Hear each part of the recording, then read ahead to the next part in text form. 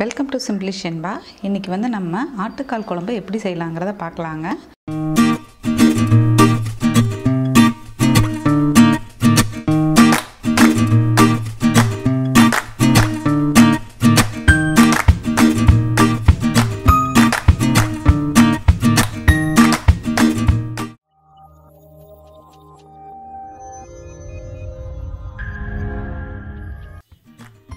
நான் பார்த்தீங்கன்னா ஆட்டுக்கால் வந்து கட் பண்ணி வச்சுருக்கேன்.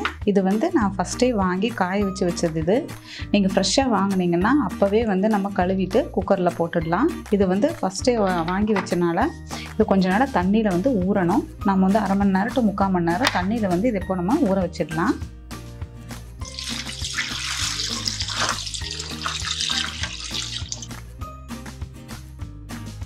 தண்ணி வந்து மூழ்கிற அளவு ஊற்றிருக்கேன். ஒரு 3/4 மணி நேரம் ஊறட்டும். அதுக்கப்புறம் வந்து நம்ம வேக வச்சு சூப் எடுக்கலாம். ஃபஸ்ட்டு ஊற வச்சுருந்தோம் இல்லையா, ஒரு அரை மணி நேரத்துக்கு மேலே நல்லா ஊறிடுச்சு. இது வந்து நம்ம வேக வச்சுக்கலாம். அடுப்பில் குக்கர் வச்சுக்கோங்க.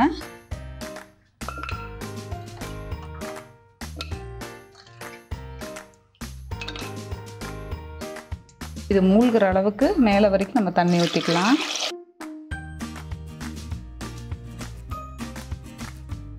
இப்போ இது கூடவே பார்த்திங்கன்னா ஒரு 7-8 சின்ன வெங்காயம், ஒரு துண்டு இஞ்சி தட்டி வச்சுருக்கேன், சேர்த்துக்கலாம்.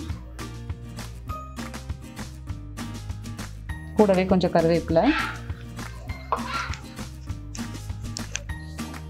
சீரகம் ஒரு 1/4 ஸ்பூன் போடுங்க போதும், மஞ்சத்தூள்,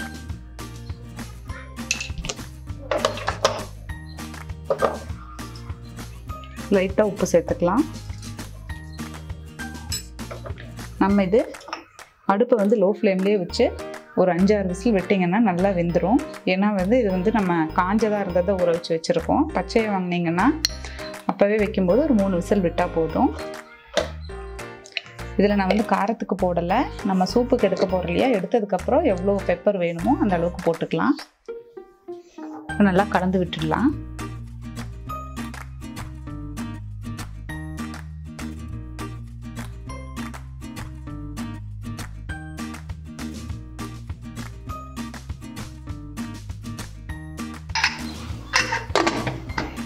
நல்லா வேகட்டும்.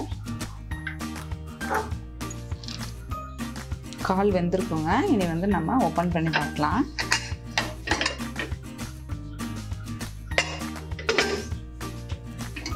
கால் நல்லா வெந்திருக்கு. இப்போ இதை வந்து நம்ம சூப்பாக குடிக்கலாம். இந்த தண்ணியை நம்ம கொஞ்சம் எடுத்துக்கலாம்.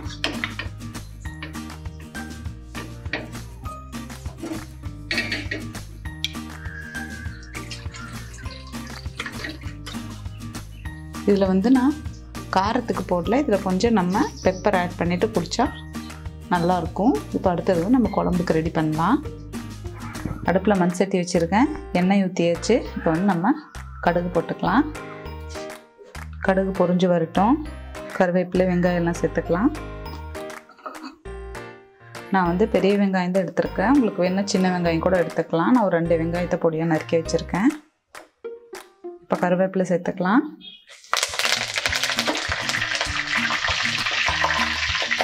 வெங்காயத்தை சேர்த்துக்கலாம்.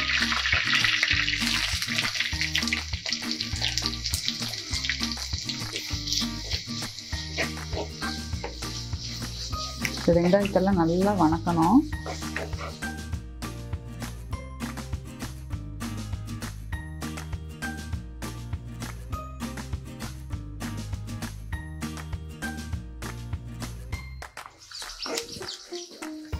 வெங்காயம் ஓரளவுக்கு வதங்கிருச்சு. இப்போ வந்து நம்ம இஞ்சி பூண்டு விழுது சேர்த்துக்கலாம்.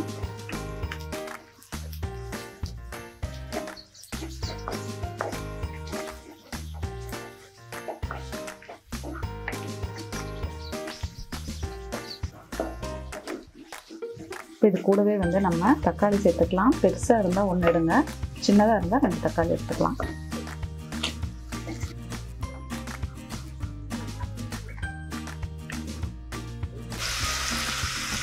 இப்போ இது கூடவே நம்ம உப்பு சேர்த்துக்கலாம்.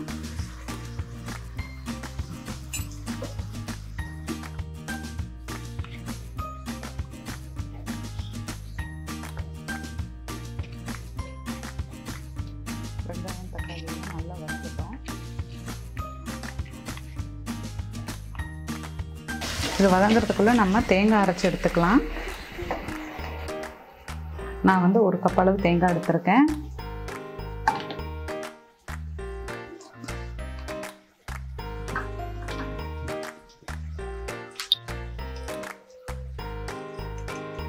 அது கூடவே வந்து சோம்பு,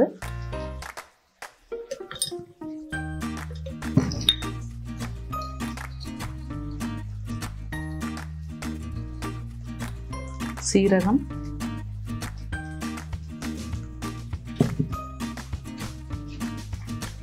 பட்டை, கிராம்பு,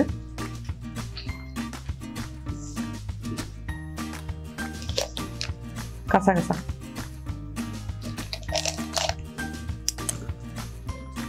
இது எல்லாத்தையும் நம்ம அரைச்சி எடுத்துக்கலாம்.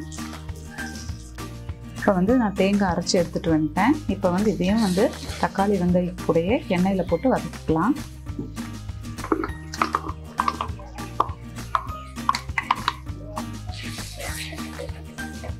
இப்போ இதையும் கொஞ்ச நேரம் நல்லா வதக்கிக்கலாம்.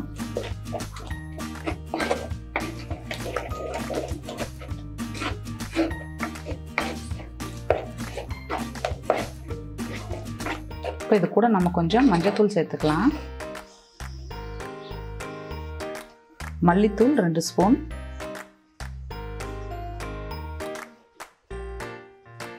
மிளகாய்த்தூள் காரத்துக்கு ஏற்ற மாதிரி போட்டுக்கோங்க. நான் 1 ஸ்பூன் சேர்க்குறேன்.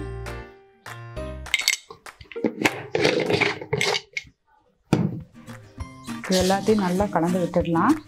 கொஞ்ச நேரம் வதங்கட்டும். அதுக்கப்புறம் தண்ணி சேர்த்துக்கலாம்.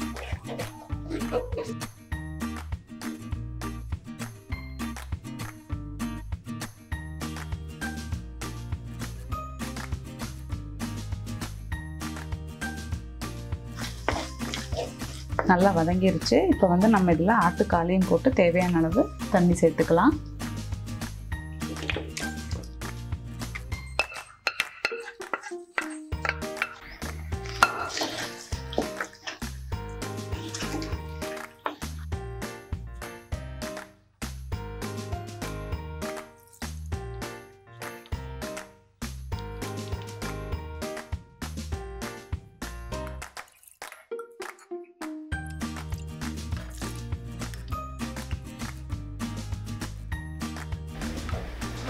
கட்டியாக வேணும்னா இந்த அளவுக்கு போதும்.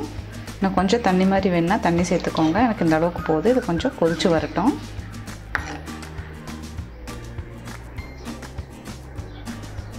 குழம்பு நல்லா கொதிச்சு எண்ணெயெல்லாம் பிரிஞ்சு வந்துருச்சுங்க. அவ்வளோதான், ஆட்டுக்கால் குழம்பு ரெடி ஆகிடுச்சு. நல்லா வெந்திருக்கு. இதில் வந்து நம்ம மல்லித்தழை தூவிட்டு இறக்கிக்கலாம்.